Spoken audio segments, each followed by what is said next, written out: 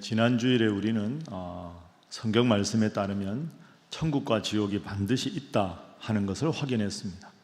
그리고 성숙한 성도라면 천국 가는 것이 신앙생활의 목표다라고 여기기보다는 주님 말씀대로 살아가는 우리에게 주님께서 준비하신 선물이다, 이것을 또 우리가 확인했습니다. 그래서 하나님을 믿고 예수님을 믿는 우리들은 이 땅에서 예수님과 함께 임한 하나님 나라의 기쁨을 우리가 누리고 살아가다가 천국 소망을 가지고 믿음 생활 잘하고 살아가다가 죽어서 천국에 가는 것, 그것이 우리 인생의 가장 중요한 관심이 되어야 한다 하는 것까지 확인했습니다. 다 기억이 나시지요? 예, 감사합니다. 그럼 오늘은 지난주에 이어서 어떻게 하면 우리가 이 땅에서 천국을 경험하고 죽어서 저 천국에 갈 수 있을까? 천국을 어떻게 갈 수 있는가? 그 가장 중요한 원리가 무엇인가를 살펴보겠습니다. 믿음 생활이 제일 중요하고, 믿음 생활을 잘하면 주님께서 선물로 주신다면 우리가 어떤 태도로 이 땅을 살아야 하는가? 이 중요한 질문에 대한 가장 훌륭한 대답은 오늘 우리가 읽은 성경 중에 성경, 복음 중에 복음인 요한복음 3장 16절입니다. 다 외우시겠지만 자, 화면 보면서 함께 읽어보도록 합니다. 시작. 하나님이 세상을 이처럼 사랑하사 독생자를 주셨으니 이는 그를 믿는 자마다 멸망하지 않고 영생을 얻게 하려 하심이라. 아멘. 여러분, 저 말씀을 믿으십니까? 네. 이 요한복음 3장 16절은 믿음의 두 가지를 말하죠. 하나님이 세상을 너무너무 사랑하셨다 하는 하나님의 사랑에 대한 믿음, 그게 믿음의 첫 번째 차원이고, 하나님이 세상을 너무 사랑하셔서 이 세상을 구원하기 위해서 유일하신 아들 예수님을 구원자로 주셨다. 그래서 하나님이 우리 세상과 우리 인간을 사랑하셨다는 믿음과 하나님의 사랑에 대한 믿음, 예수님을 구원자로 보내셨다는 구원자 예수님에 대한 믿음, 이 두 가지 믿음을 가지고 살아가는 것이 우리가 인생에서 가장 중요한 믿음의 내용이다. 그래서 이 시간에는 이 두 가지 믿음의 내용에 대해서, 그리고 이 믿음을 가진 우리가 전도해야 되는 그 필요성에 대해서 말씀을 한번 살펴보겠습니다. 자, 먼저 말씀드린 대로 우리 기독교인들은 하나님이 세상을 사랑하셔서 이 세상을 창조하시고 나를 창조하셨다 하는 것을 믿는 사람들이 기독교인입니다. 이게 기독교 복음의 맨 먼저 중요한 내용이 됩니다. 하나님이 이 온 세상을 창조하셨다. 하나님은 나를 창조하시고 지금도 나를 사랑하신다. 여러분 믿습니까? 네. 흔히 아이들하고 이야기해보면 아빠, 엄마, 우리는 과학 시간에 진화론을 배워요. 하나님이 이 세상을 사랑하셔서 창조했다는 것, 그 과학적이지 않대요. 이렇게 말하는 아이들이 많이 있습니다. 여러분 어떻게 대답하십니까? 이걸 참 어떻게 대답해야 되나. 그리고 전도하다 보면 하나님이 성도님 사랑하시는데, 이웃 누구분 이름 불러가면 사랑하시는데 예수님 믿고 구원받읍시다 이러면 나는 하나님이 있는지 잘 모르겠어요. 하나님이 있기는 한가? 그거 참 잘 모르겠는데, 막상 그렇게 말하면 우리는 믿는데 하나님 계시다는 걸 뭐라고 설명해야 되나 하고 좀 막막할 때가 있습니다. 이 어려운, 그리고 이 큰 질문을 다 다룰 수 없지만 예를 들어서 창조와 진화에 대해서 생각을 해보겠습니다. 흔히 아이들이 이런 질문 많이 하죠. 창조론이 맞습니까? 진화론이 맞습니까? 여러분, 그것은 애초에 논쟁거리도 되지 않습니다. 여러분 생각해 보세요. 이 온 우주가 아무것도 없는 무에서 어떻게 시작이 되었는지, 그리고 이게 어떻게 우주가 정교한 법칙에 따라 움직이는지, 그리고 이렇게 정교한 법칙에 따라 움직이는 우주가 어느 날 다시 우주도 종말을 맞이할 텐데, 이 세 가지 차원을 과학은 말할 수 없습니다. 어떻게 무에서 유가 시작되었는지, 어떻게 이 우주가 종말이 언제 어떻게 찾아올 것인지 그 어떤 과학 이론도 명확하게 설명하지 못합니다. 진화론은 어떻게 만물이 시작되었을 것이다 라고 말하는 여러 가지 가설 중에 하나일 뿐입니다. 진화론이 설령 과학적이라 하더라도 우주의 시작과 우주의 종말을 그 어떤 과학 이론도 완벽하게 설명해낼 수는 없습니다. 여기에 대한 논의는 다음에 한번 다루기로 하고요. 우선 하나님 창조하신 이 우주가 얼마나 광활한지, 우리가 얼마나 인간이 때로는 대단해 보이지만 왜소한 존재인지 한번 생각을 해보겠습니다. 여러분, 빛의 속도가 얼마라고 생각하십니까? 제가 이게 썼는데요, 1초에 약 30만 킬로미터, 이게 빛의 속도라고 하죠. 광속. 그러면 1초에 30만 킬로미터를 가는 속도로 된 광속 우주선을 여러분이 탔다고 한번 가정해 보십시오. 지구에서 뉴욕까지 얼마 걸립니까? 0.037초 걸립니다. 여러분, 비행기 타고 뉴욕 가면 몇 시간 만에 가십니까? 보통 13시간, 14시간 걸리거든요. 빛의 속도로 된 우주선을 딱 탔다 그러면 뉴욕까지 가는 시간이 0.037초 걸립니다. 달까지는 얼마 걸리느냐? 1.3초. 제가 방금 약간 침묵한 그 순간에 여러분은 이미 달을 가신 거죠. 태양까지는 8분 20초.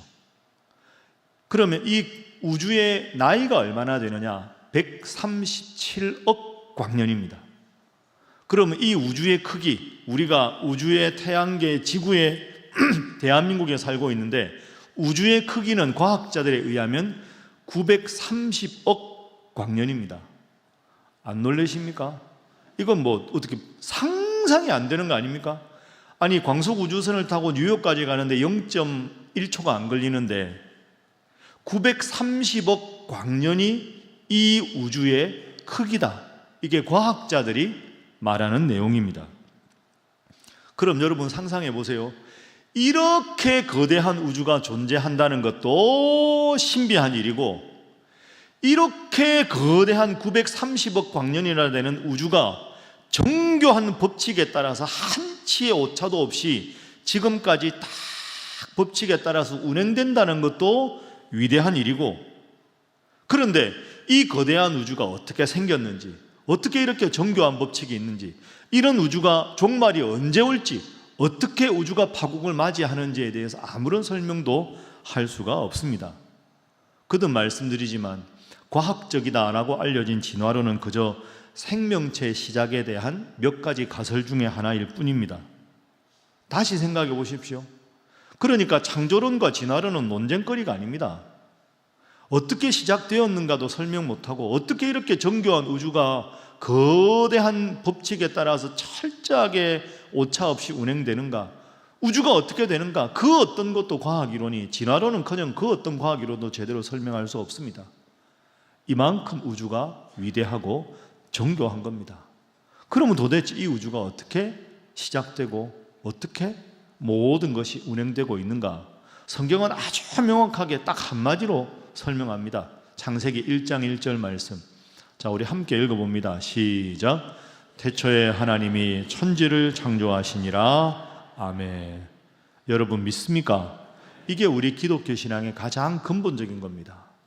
나도 하나님이 창조하셨고, 지구도 하나님이 창조하셨고, 930억 광년이라는 이 거대한 우주를 창조하시고 지금도 운행하시고 한치의 오차 없이 모든 우주의 모든 삼라만상을 주관하시고 이 우주의 종말까지 하나님의 손에 있다.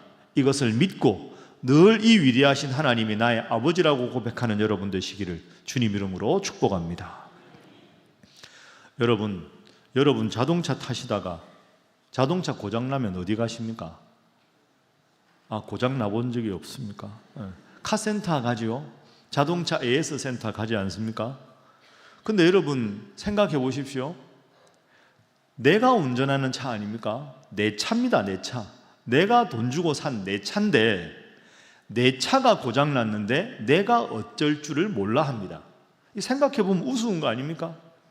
내 차면 내가 알아서 해야 되는데, 내 차인데 분명히 소유주가 난데 그렇게 생각했는데 막상 고장이 나면 내 차를 내가 해결할 수 없습니다. 카센터나 AS센터를 갈 수밖에 없습니다. 그러면 나보다 그 차를 정확하게 잘 아는 기술자가, 제조사가 그 차를 고쳐줍니다. 여러분 이 이치를 잘 생각해 보세요. 모두가 각자의 인생을 살아갑니다. 내 인생이다. 내 인생 내 마음대로 한다. 우리 흔히 그렇게 말하는데요, 내 인생도 똑같습니다. 내 인생이라 내가 마음대로 하는 것 같지만 그게 아닙니다. 여러분 마음대로 한다고 인생이 잘 사라지든가요? 갑자기 생각지도 않은 문제도 생기고, 믿었던 사람이 배신하기도 하고 내 인생이 내 마음대로 되지 않습니다.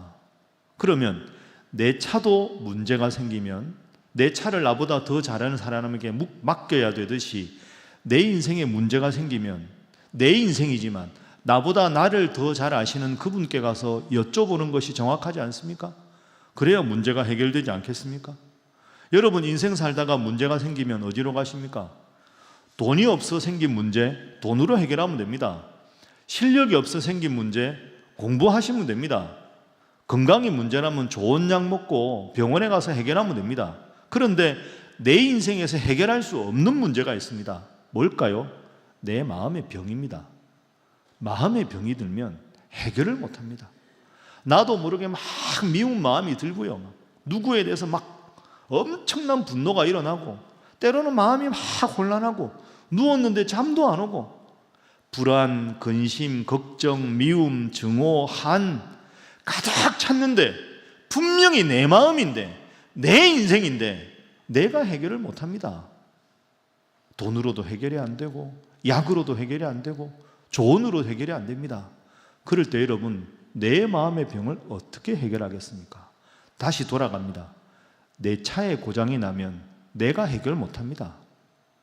나보다 차를 더 잘 아는 카센터에 가야 됩니다. AS 센터 가야 되죠. 내 마음의 병이 났습니다. 그러면 내 마음인데 내가 어쩔 줄 모릅니다.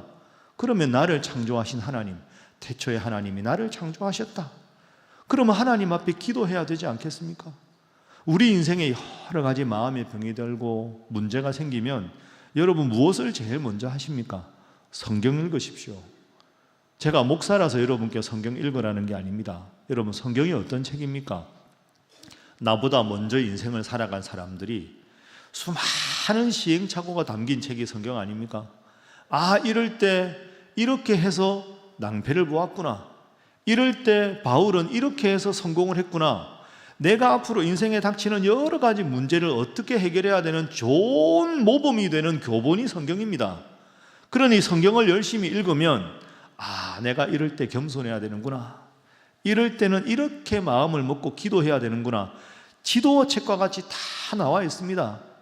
그리고 기도해야 합니다. 왜 기도해야 할까요? 하나님, 이 성경책이 과거의 인물에 관한 기록인데 이것이 오늘 내 인생의 확실한 방법이라는 분명한 확신을 주십시오. 그 확신을 얻기 위해서 하는 것이 기도입니다. 그래서 여러분 늘 제가 여러분께 강조하지요. 성경 읽고 기도하는 건 의무가 아닙니다. 여러분이 정말 인생을 행복하게 복되게 살고 싶습니까? 예수 믿는 사람들의 가장 큰 특권은 말씀을 읽고 기도하는 것인 줄로 믿습니다.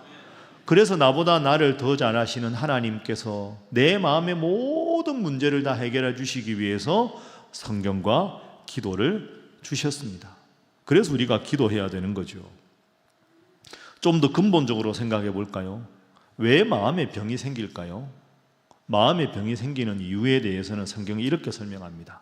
따라합니다. 마음의 병은 관계 단절에서 생긴다. 쉽게 예를 들어 보겠습니다. 아이가 잘못한 게 있습니다. 큰 잘못을 했는데 부모님께 말씀드리고 용서를 구해야 되는데 그걸 못합니다. 그럼 아이는 부모님만 보면 자꾸 피하고 싶어 합니다. 눈치를 보죠. 밥을 먹어도 불안하고 밤에 들어가서 잠도 안 오고. 그럼 어떻게 해야 됩니까? 부모님한테 가서 자기가 한 잘못을 정확하게 정직하게 용서를 구합니다. 그래서 부모님의 용서를 받고 나면 마음의 무거운 짐이 다 사라집니다. 여러분 마음의 병은 근본적으로 관계 단절에서 오는 겁니다. 그러면 하나님이 나를 창조하셨는데 내 마음에 병이 들었다.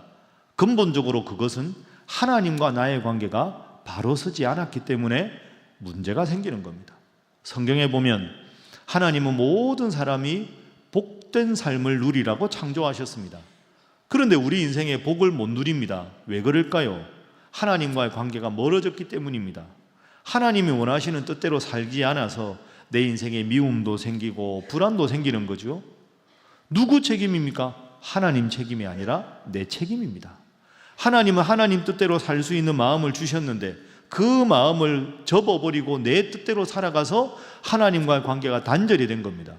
하나님과의 관계가 단절돼서 생긴 내 마음에 엄청나게 많은 병, 그 상태를 성경은 죄라 이렇게 부르는 겁니다. 죄는 관계의 단절에서 오는 내 마음의 병든 상태가 죄입니다. 그래서 그 죄의 원인은 내가 되는 거죠. 여러분 혹시 지금 잠 못 이루는 밤을 보내고 계십니까?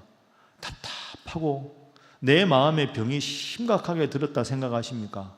하나님 앞에 여러분이 지금 어떤 관계를 가졌는가 돌아보십시오. 하나님 앞에 잘못한 거 있으면 회개하시고 하나님 앞에 다 내려놓고 다시 미움이 아니라 사랑해야 될 분들 하나님께서 마음 주셔서 사랑하게 해달라고 하나님과의 관계가 바로 서면 여러분의 마음에 하나님께서 평안과 기쁨을 선물로 주실 줄로 믿습니다.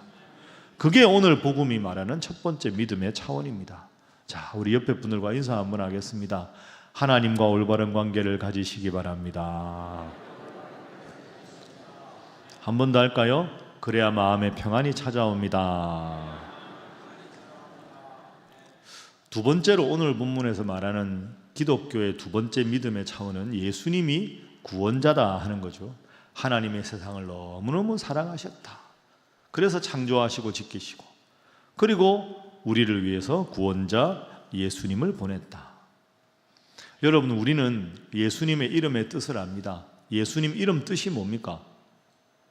마태복음 1장 21절에 자기 백성을 저희 죄에서 구원할 자, 이런 뜻이 예수님의 이름의 뜻입니다.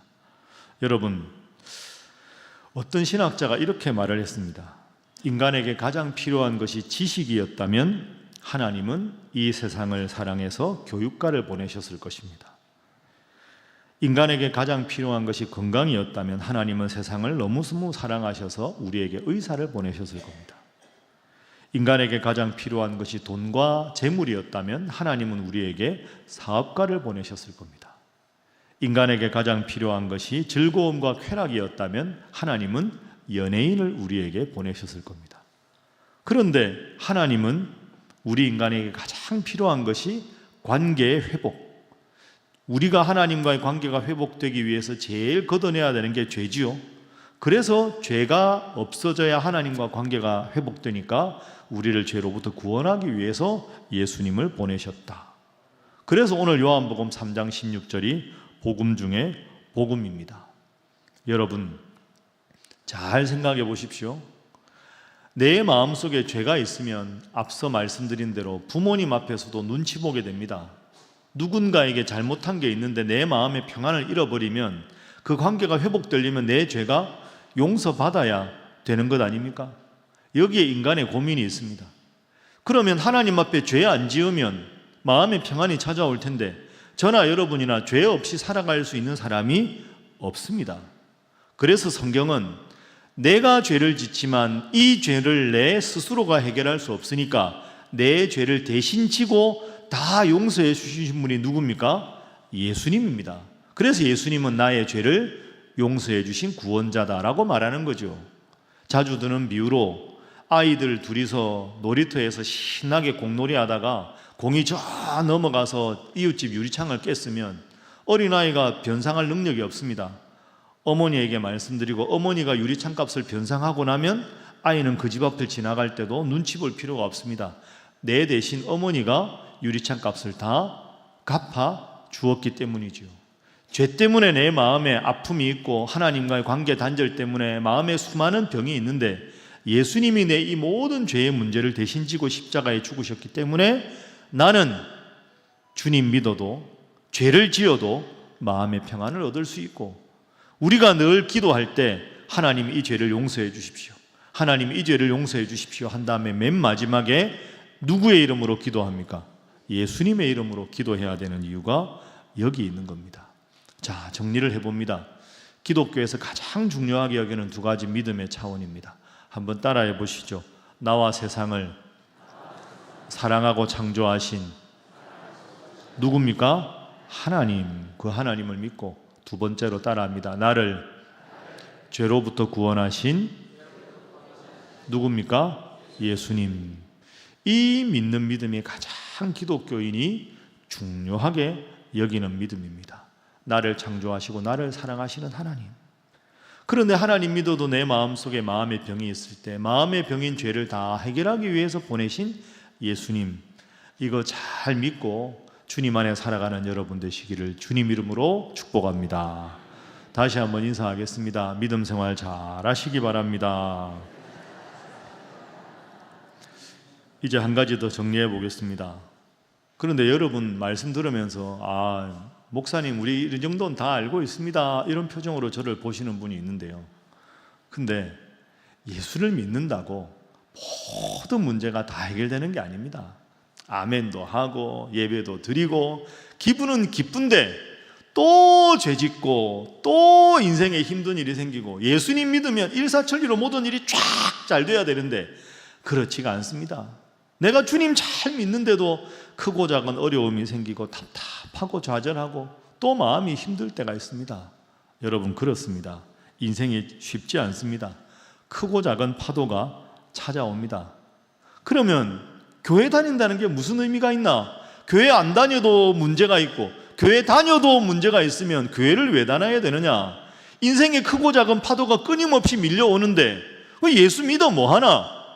이런 질문을 예수 안 믿는 사람들 많이 합니다. 여러분, 그런데 다른 점이 하나 있습니다. 인생의 크고 작은 파도가 끊임없이 우리 인생에 밀려오는데 기독교인은 그 인생의 파도 타는 원리를 알고 있는 사람입니다. 말씀드린 대로 인생의 크고 작은 어려움이 올 때 성경을 딱 펼쳐서 아브라함은 이 어려움에 이렇게 파도를 넘었구나, 이런 파도가 오면 이렇게 기도해서 이 파도를 넘어갔구나, 그걸 성경을 통해서 배워서 파도 타는 원리를 깨닫고 그 원리를 삶 속에서 실천하기 위해서 힘을 달라고 하나님 앞에 기도하는 거죠. 말씀과 기도는 기독교인의 특권이다 생각하고 여러분 앞에 수많은 문제가 여전히 찾아올 때에도 하나님 말씀 읽고 기도해서 똑같은 문제를 만난 것 같으나 문제를 어떻게 해결할지 모르는 사람이 아니라 인생의 크고 작은 인생의 파도를 주님 은혜 가운데 잘 말씀과 기도로 넘어설 수 있는, 그래서 늘 마음의 평안이 있는 여러분 되시기를 주님 이름으로 축복합니다. 이걸 전하는 것이 전도입니다. 그래서 마지막 세 번째로는, 그래서 기독교인들은 이 복음을 전해야 된다 하는 겁니다. 제가 지난주부터 이제 다음 주까지는 전도에 대해서 말씀을 드린다고 했습니다.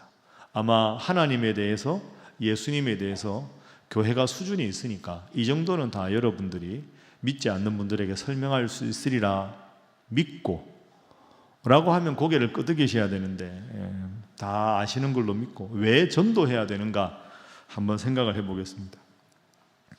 이맘때가 되면 전도해야지 이런 분도 있고 153 그런 거 좀 안 하면 안 되나, 이제는 그런 거 전도 써내라고 하고 기도하라 그러고 목사님 그런 거 좀 안 하면 안 됩니까? 그런 마음 솔직히 드시는 분 있죠. 손들어 보라고는 안 하겠는데 그런 분 있죠. 있거든요. 전도하면 괜히 부담스럽고 차마 입이 떨어지지 않고. 근데 여러분, 왜 그럴까요? 왜 전도가 부담스러울까요? 왜 153 새생명 초청잔치 하는 10월달만 되면 마음이 괜히 좀 부담스럽고 무겁고, 왜 그럴까요? 제가 왜 그런지 알려드리겠습니다. 그건 가장 근본적으로 여러분 마음속에 주님을 향한 사랑이 적어서 그렇습니다. 아프다. 아파도 사실입니다.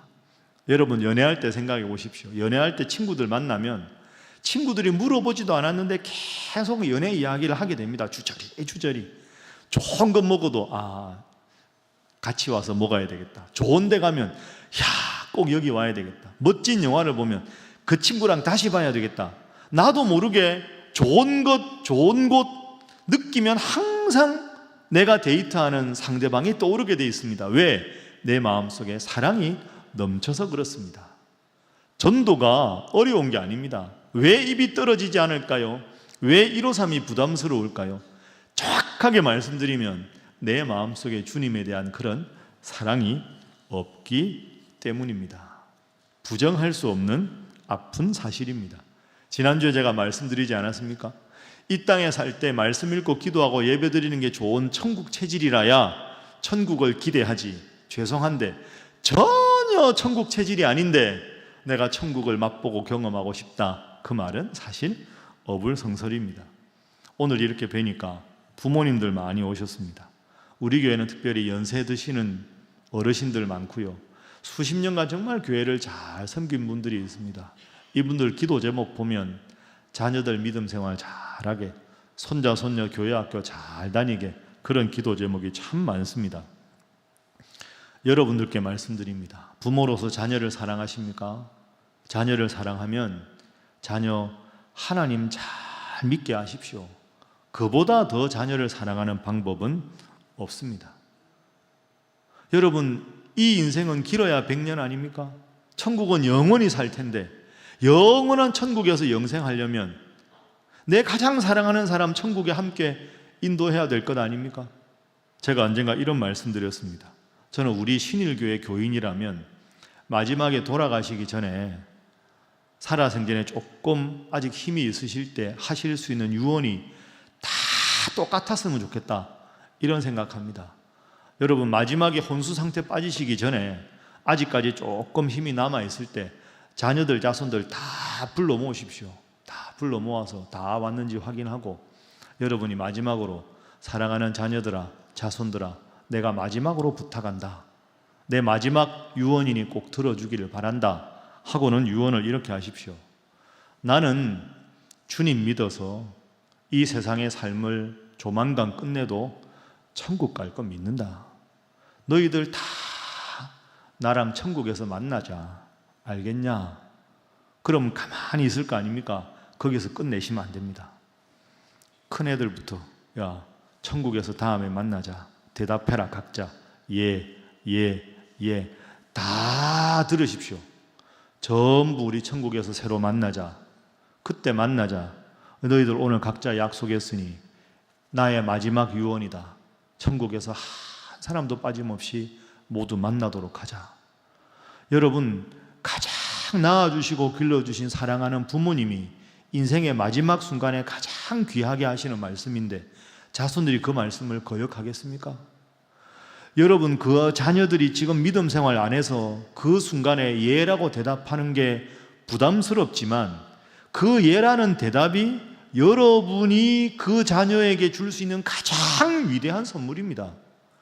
그래서 하나님 잘 믿어서 하나님 믿는 믿음으로 그 가정이 회복되면 부모 자녀 사이가 회복되지 않겠습니까? 그러면 온 가족들이 하나님 안에 서로 사랑하게 되지 않겠습니까? 부모로서 그보다 더 귀한 자녀들을 향한 사랑과 축복이 어디 있겠습니까? 이 자리에 계신 자녀 여러분, 여러분의 부모님을 진정으로 사랑하십니까? 자녀로서 부모를 향한 가장 위대한 최고의 사랑이 뭡니까?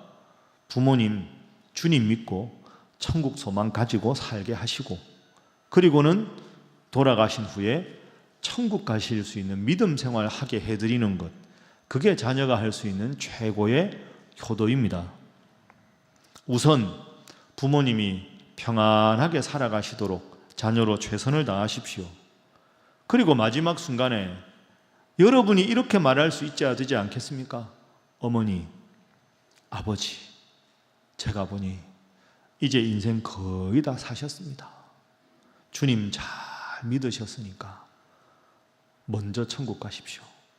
제가 책임지고 우리 집 애들 다 믿음 생활 잘해서 어머니, 아버지, 저 천국에서 모든 가족들 제외할 수 있도록 할 테니까 평안한 마음 가지시고 이제는 주님과 천국 생각하면서 인생의 마지막을 보내십시오.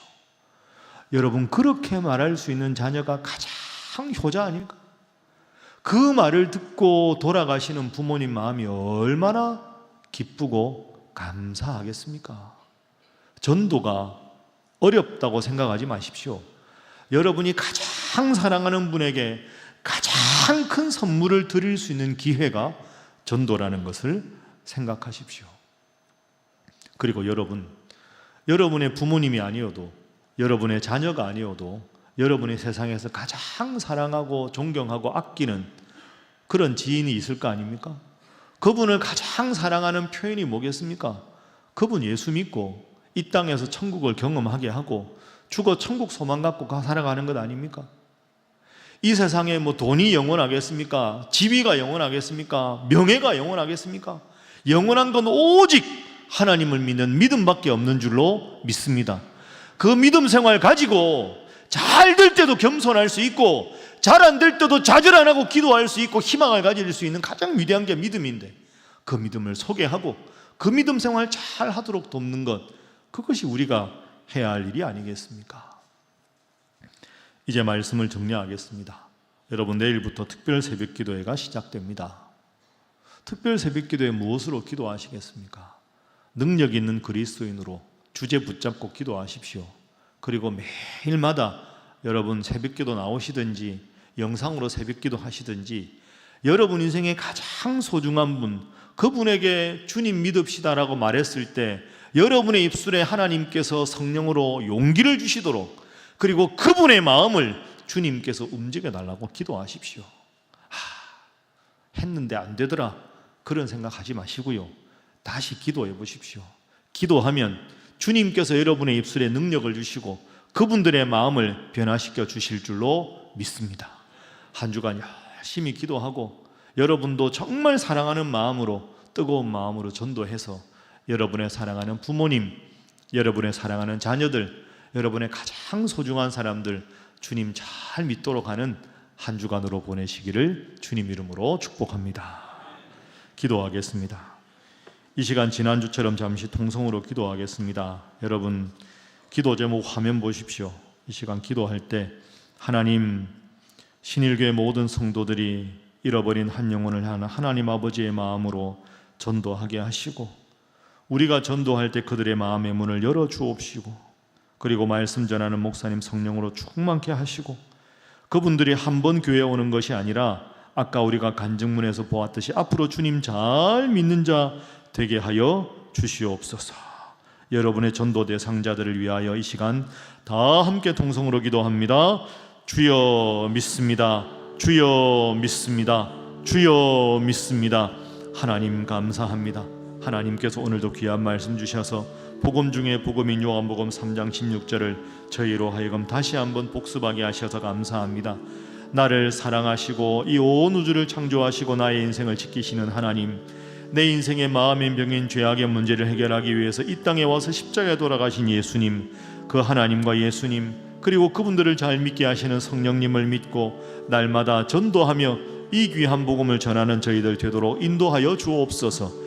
미리 단정짓지 말게 하시고 하나님, 우리의 전도 대상자를 떠올리게 하시고 그들을 위해 간절히 기도할 때 주여 우리 입술에 힘을 더하시고 주여 그들의 마음을 움직여 주셔서 온전히 주님 앞에 나와 구원받고 주님 주시는 은혜와 기쁨과 즐거움을 이 땅에서 누리도록 하나님 함께하여 주시옵소서. 역사하여 주시옵소서. 사랑의 하나님, 죄인은 저희로 하여금 하나님을 아버지라 부르며 살아갈 수 있게 해주셔서 감사합니다. 부족한 죄인인 저희로 하여금 하나님의 사랑을 다시 깨닫게 하시고 나의 구원을 위해서 보내신 예수님을 나의 구원자로 믿게 하시니 감사합니다. 주님, 이 귀한 복음을 이제는 소중한 가족들과 지인들에게 전할 수 있게 하여 주옵소서.